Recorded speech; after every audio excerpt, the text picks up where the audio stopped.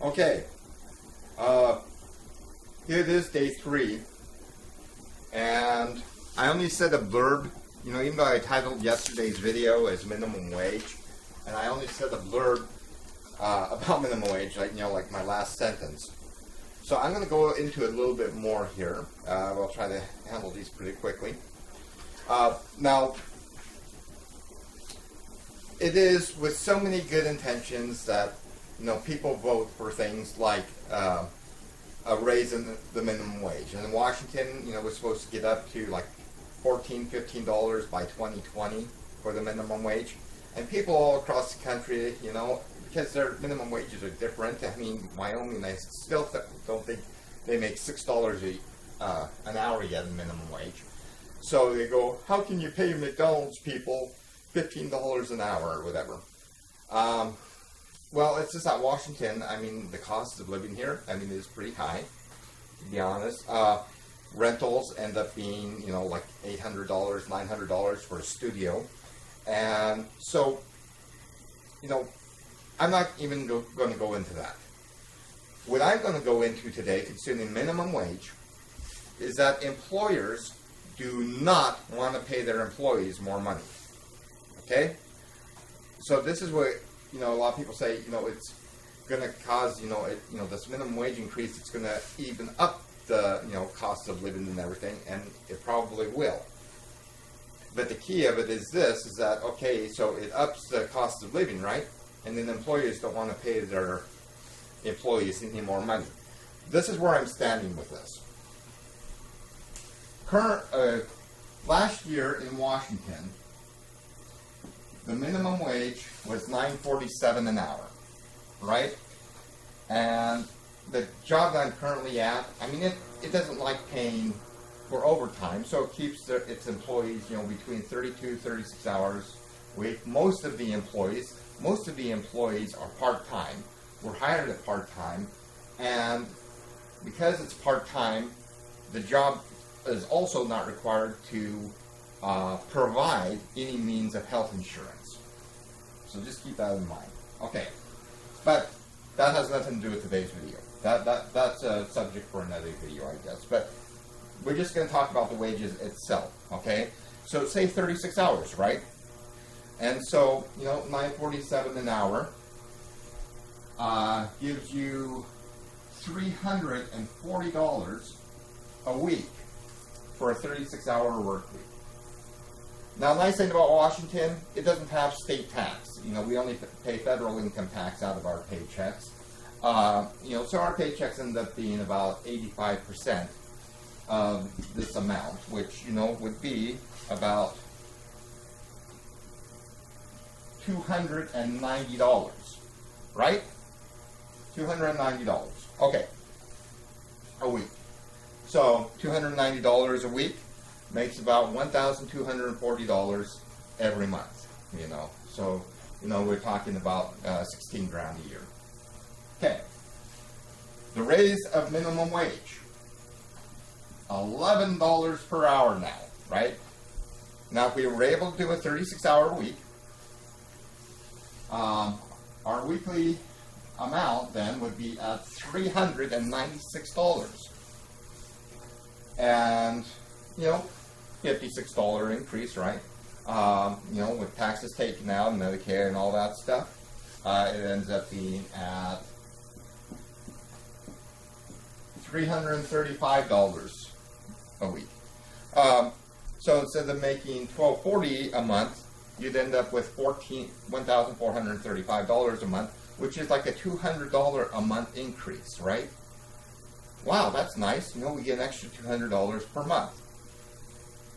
But this is the problem.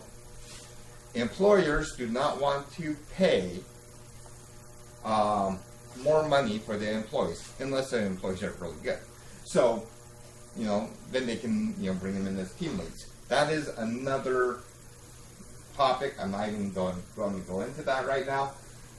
But they don't want to pay their standard workers more money. So what are they going to do?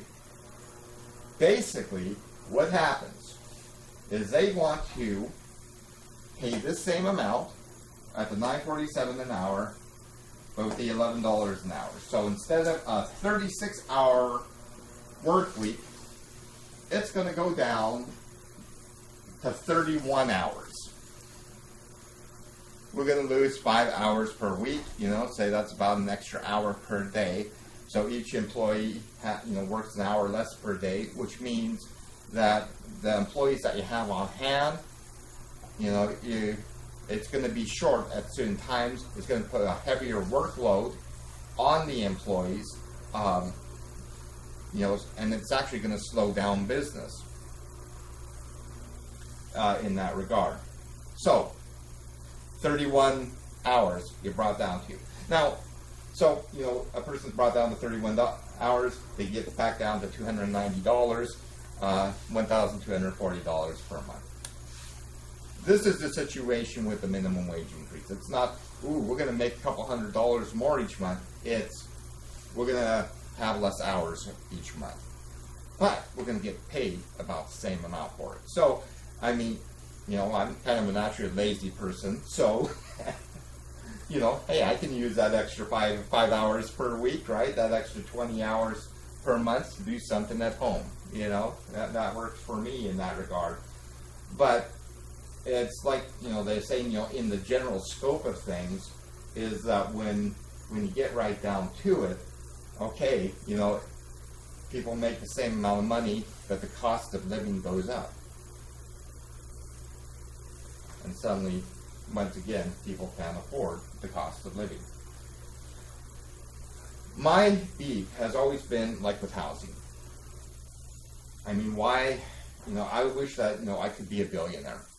And what I would do, if I became a billionaire, is I would build, low-income places.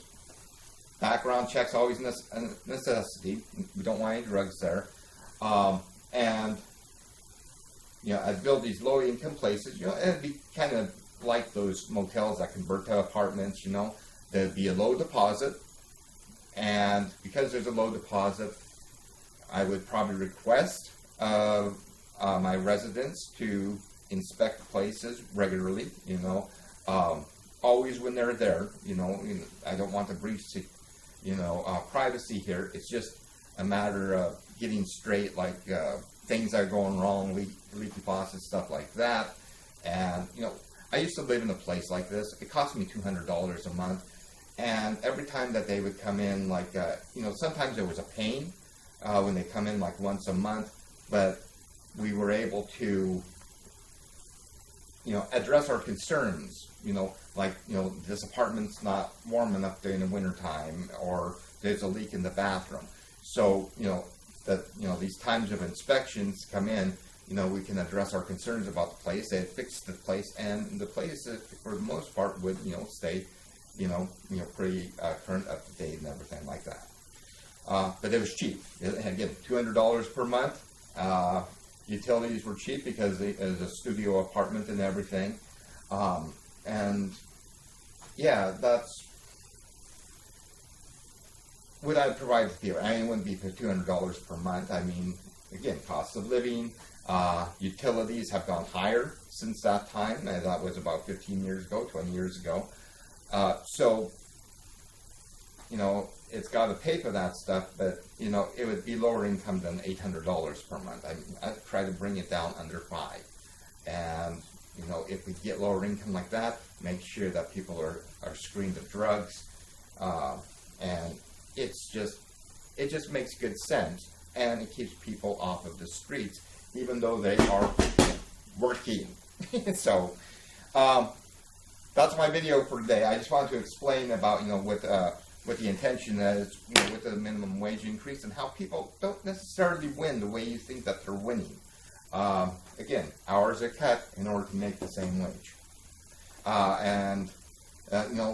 Even people get lunch hours. Well, lunch half hours. Well, now they get lunch 45 minutes or an hour, and it cuts into their wages that way too. So, employers don't want to spend more money on their employees. So, hope everyone has a good day. I'll try to talk about something different tomorrow, but just wanted to make that clear.